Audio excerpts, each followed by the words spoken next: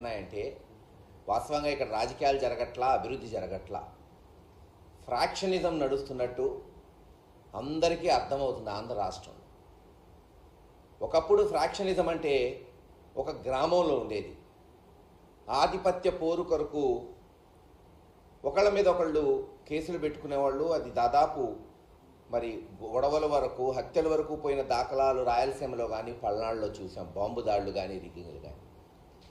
కానీ 2024 సంవత్సరం నుంచి ఆంధ్ర రాష్ట్రంలో ఒక కొత్త రాజకీయం, ఫ్రాక్షన్ రాజకీయం మనం ప్రభుత్వ స్థాయిలో చూస్తున్నాం. గతంలో ఎన్నడూ లేదు. ఆంధ్ర రాష్ట్రం ఏర్పడి బహుశా 1955-56 నుంచి 2024 వరకు సుమారు 69 సంవత్సరాల్లో ప్రభుత్వాలు వచ్చినాయి. పైన ముఖ్యమంత్రులు ఉండేవాళ్ళు, ఎవరి పని వాళ్ళు చేసుకున్నారు, గెలిచారు, ఓడారు. ఎక్కడో గ్రామ లెవెల్లో గొడవలు ఉండేవి. కానీ ఇప్పుడు 2024 నుంచి మీరు గమనిస్తే ప్రతిపక్ష నాయకుడిని అనగదొక్కాలి. ప్రతిపక్ష పార్టీలోని సోషల్ మీడియా వాళ్ళు కావచ్చు, నాయకులు కావచ్చు, ఎమ్మెల్యేలు, మాజీ మంత్రులు, ఎవరైనా, మాజీ ఎంపీలు, లేదు ఇప్పుడున్న ఎంపీలు కావచ్చు, ఎమ్మెల్యేలు కావచ్చు, అక్రమ కేసులు పెట్టడం, అక్రమంగా వాళ్ళని జైళ్ళకు పంపించడం, చివరకు ఐఏఎస్ ఐపీఎస్ని కూడా రిటైర్ అయిన వాళ్ళు కావచ్చు, ఇప్పుడు పనిచేస్తున్న వాళ్ళు సస్పెండ్ చేసి వాళ్ళ మీద కేసులు పెట్టి అనగదొక్కాలి. ఎట్టుందంటే వాళ్ళకు అవకాశం ఇచ్చింది తెలుగుదేశం పార్టీకి, చంద్రబాబు నాయుడు గారికి, లేదు జనసేన బీజేపీకి ఒక అవకాశం ఇచ్చారు జనం. మీరు ఇచ్చిన హామీలు నిలబెట్టుకోండి, ఎవరూ దానికేమో అడ్డం తగలట్లేదు. వైఎస్ఆర్సీపీ పార్టీ కావచ్చు, జగన్మోహన్ రెడ్డి గారు కావచ్చు. ఇంకా చేయమని మేము డిమాండ్ చేస్తున్నాం. బాబు మీరు ఇచ్చిన హామీ నిలబెట్టుకోండి, ప్రజలకి న్యాయం చేయమని అడుగుతున్నాం. అది చేయలేకపోగా జగన్మోహన్ రెడ్డి గారికి మాకు అడ్డం, రేపు మళ్ళీ అధికారంలోకి వస్తాడేమో, సంవత్సరంలోనే ఈ ప్రభుత్వం భ్రష్టు పట్టిపోయింది, అక్కడేమో గ్రాఫ్ పెరిగిపోతుంది, అంతంత మాత్రాన గతంలో వాళ్ళు చెప్పినవన్నీ అబద్ధాలుగా ప్రజలు గమనిస్తున్నారు. మళ్ళీ జగన్మోహన్ రెడ్డి గారు ఈరోజు మీరు చూస్తున్నారు, ఎక్కడికి పోయినా బ్రహ్మరథం పడుతున్నారు. వాస్తవంగా మొన్న తెలుగుదేశం అనుబంధ ఛానల్లోనే చెప్పారు, చంద్రబాబు నాయుడు గారు ఓడిపోతే మళ్ళీ తేరుకోవడానికి, పార్టీని నిలబెట్టడానికి 2-3 సంవత్సరాలు పట్టింది. అక్కడ తెలంగాణలో కేసీఆర్ గారికి 1-2 సంవత్సరాలు పట్టింది. ఇక్కడ జగన్మోహన్ రెడ్డి గారు 2-3 నెలల్లోనే బ్రహ్మాండంగా తిరుగుతున్నాడు, తిరుగుబాటు చేస్తున్నాడు ప్రభుత్వం మీద అని.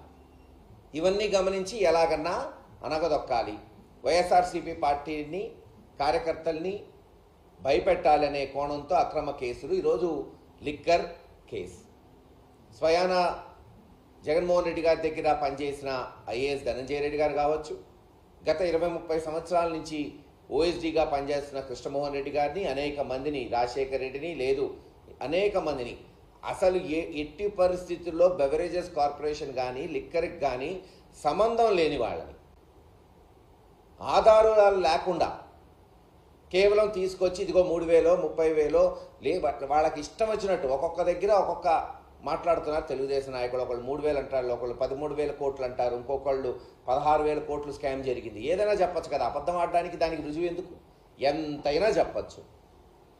అలా చెప్తూ ఓ స్కామ్ జరిగింది, ఇదిగో వీళ్ళని అరెస్ట్ చేస్తున్నాం, వాళ్ళని అరెస్ట్ చేస్తున్నాం, ఒక సిట్ వేసాం, ఆ సిట్లో తెలుగుదేశం మరి కనీసం పచ్చ చొక్కా వేసుకోకర్లా, పోలీసులే తెలుగుదేశానికి పనిచేస్తున్నట్టు ముఖ్యమంత్రి పేషి నుంచి ఇదిగో పలానోడిని అరెస్ట్ చేయి, పలానోడిని అరెస్ట్ చేయి, వాళ్ళని అరెస్ట్ చేయటం, కోర్టులో ప్రొడ్యూస్ చేయటం. చివరికి కోర్టులో కూడా ఏమైనా సాక్ష్యాలు ఉన్నాయని అడిగితే ఇస్తాం, త్వరలో ఇస్తాం, ఎప్పుడు ఇస్తారో తెలీదు.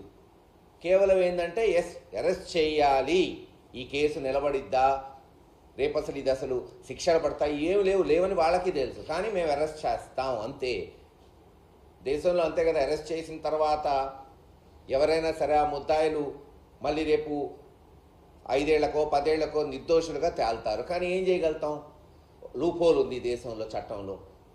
అలా ఈరోజు జగన్మోహన్ రెడ్డి గారిని వాళ్ళ సొంత మనుషుల్ని అరెస్ట్ చేయటం, ఇంకో కొంతమంది ఛానళ్ళు జగన్మోహన్ రెడ్డి గారిని కూడా అరెస్ట్ చేసేస్తాం, బిగ్ బాస్ వరకు వెళ్ళిపోతాం, తాడేపల్లి వరకు వెళ్తాం.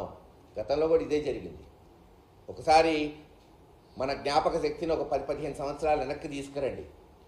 2010 సంవత్సరంలో కూడా ఆ రోజు కాంగ్రెస్ పార్టీ, మేము కూడా ఆ రోజు ఆ పార్టీలోనే ఉన్నాం, ఎంతో పదిలంగా ఉంది రాష్ట్రంలో. 40% ఓటు బ్యాంక్, 40-40%తో జగన్మోహన్ రెడ్డి గారు తన సొంత పార్టీ పెట్టుకుంటే చిలక్కి చెప్పినట్టు చెప్పారు కాసు కృష్ణారెడ్డి గారు, వాళ్ళు ఎవరి ఇష్టం వాళ్ళు ప్రజాస్వామ్యంలో అక్రమంగా కేసులు పెట్టద్దు అని. విన్నారా? ఎలా ఏం జరిగింది? 40% ఓటు చేరున్న కాంగ్రెస్ పార్టీ 2% వచ్చింది ఆంధ్ర రాష్ట్రంలో. అక్రమంగా జగన్మోహన్ రెడ్డి గారిని అరెస్ట్ చేసి అక్రమంగా జైల్లో పెట్టి 16 నెలలు ఏమన్నా తేలిందా? ఇప్పటివరకు 15 సంవత్సరాలు అయింది.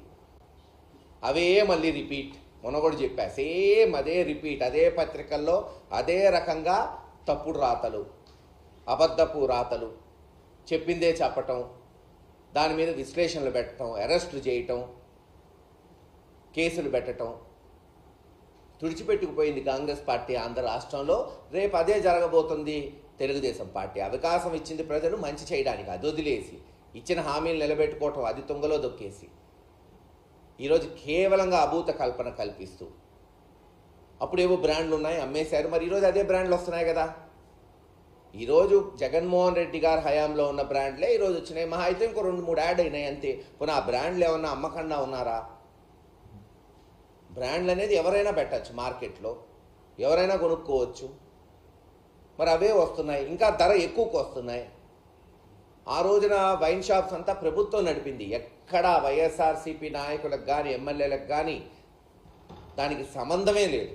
రెంట్లు గవర్నమెంట్ కట్టింది, ఎంప్లాయీస్, కాంట్రాక్ట్ ఎంప్లాయీస్ జీతం గవర్నమెంట్ ఇచ్చింది, ధర ప్రతి బాటిల్ అమ్మింది ప్రభుత్వమే. ప్రభుత్వ అధికారుల కనుసన్నల్లో జరిగింది. అంటే డిపో మేనేజర్ల దగ్గర నుంచి ఎన్ని వేల మంది ఎక్సైజ్ స్టాఫ్ దాంట్లో ఇన్వాల్వ్ అయి ఉంటారు చెప్పండి. అంటే వాళ్ళు ఎవ్వరూ తప్పు చేయలేదంట, పైన ఒక్క ముఖ్యమంత్రి గారితో. అదెట్ట కుదిరిద్ది?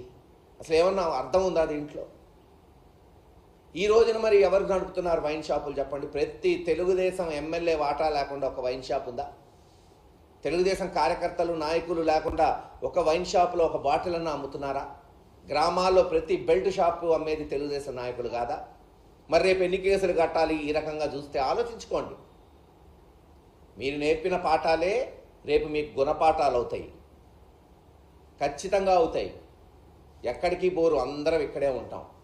ఇలా అన్యాయంగా కేసులు పెట్టడం ఎవ్వరు భయపడేది లేదు. ఇదేమన్నా కొత్త జగన్మోహన్ రెడ్డి గారికి? కొత్తగా ఇవేమన్నా చూస్తున్నాడా? ఎస్, పోరాటాలు చేస్తాం, చట్ట పరిధిలో రేపు కోర్టులో పోయి తేల్చుకుంటాం. మీరు చెప్పిన ఈ కేసులన్నీ నిలబడే కాదని మారుమూల గ్రామంలో ఉన్న ప్రజలు కూడా చెప్తున్నారు. ఈరోజు రాజకీయం ఏముంది? ఈరోజు సోషల్ మీడియా వచ్చిన తర్వాత అరచేతిలో ఉంది రాజకీయం. ఇంట్లో కాదు, ప్రతి ఒక్కళ్ళ అరచేతిలో రాజకీయం తెలిసిపోతుంది. ఎవరైనా సరే, ఆడవారు కావచ్చు, మగవారు కావచ్చు. నిజాలు అందరికీ తెలుస్తున్నాయి. ఖచ్చితంగా జగన్మోహన్ రెడ్డి గారి నాయకత్వంలో ఈ అక్రమ కేసులు ఎదుర్కొంటాం. ఎంతమంది మీద పెట్టినా ఇవే కాదు, ఇంకా ఏవేవో తెస్తున్నారు. అది ఉంది, ఇది ఉంది, సోషల్ మీడియా వాళ్ళకి జీతాలు ఇచ్చారు, ఏది పడితే అది. సరే, అనుబంధ మీడియా ఉంది, పత్రికలు ఉన్నాయి, గతంలో కూడా రాశారు. గెలిచిందా? తెలుగుదేశం 2-3 సార్లు ఓడిపోలేదా? చిత్తుగా ఓడిపోయినాయి కూడా ఉంది. అప్పుడు కూడా ఈ మీడియా చంద్రబాబు నాయుడు గారిని ఎత్తుకుంది. ఒక్క మీడియా వల్ల, రాతల వల్ల, అక్రమ కేసుల వల్ల రాజకీయాలు నడిసే పని అయితే ఎప్పుడు అధికార పక్షమే గెలుస్తూ ఉంటుంది. 83 నుంచి ఈరోజు 2025, అంటే దాదాపు 42 సంవత్సరాల్లో సగం సార్లే తెలుగుదేశం గెలిచింది, సగం సార్లు ప్రతిపక్షం, అది కాంగ్రెస్ పార్టీ కావచ్చు, వైఎస్ఆర్సీపీ పార్టీ కావచ్చు, గెలిచిన దాఖలాలు చూసాం. రేపు ఇదే జరగబోతుంది. 4 సంవత్సరాలు జరగబోయే తర్వాత జరిగే ఎన్నికల్లో అది 3.5 సంవత్సరమా, 4 సంవత్సరమా, జమిలీ ఎన్నికల అఖండ విజయంతో జగన్మోహన్ రెడ్డి గారు రాబోతున్నారు. ఆ రోజు మీరే గమనించండి. ఈరోజు మీరు అక్రమ కేసులు పెడుతున్నారు, ఆ రోజు సక్రమంగా కేసులు వస్తాయి. వైన్ షాప్ దగ్గర నుంచి పై వరకు ఈ జరిగిన అక్రమాలన్నీ వెలికి తీయాల్సి వస్తుంది. ఈరోజు మీరు అన్యాయంగా ఇరికిస్తున్నారు అధికారులని. రేపు వీళ్ళు ఊరుకుంటారా? మీరు పెడుతున్న ఎవరో ఒక మహిళని బాంబే నుంచి తీసుకొచ్చి కేసు పెడుతున్నారు. రేపు అదే మహిళ వచ్చిద్ది, లేదు గత ప్రభుత్వంలో నన్ను భయపెట్టి కేసులు పెట్టించారని చెప్పిద్ది. ఇంతేగా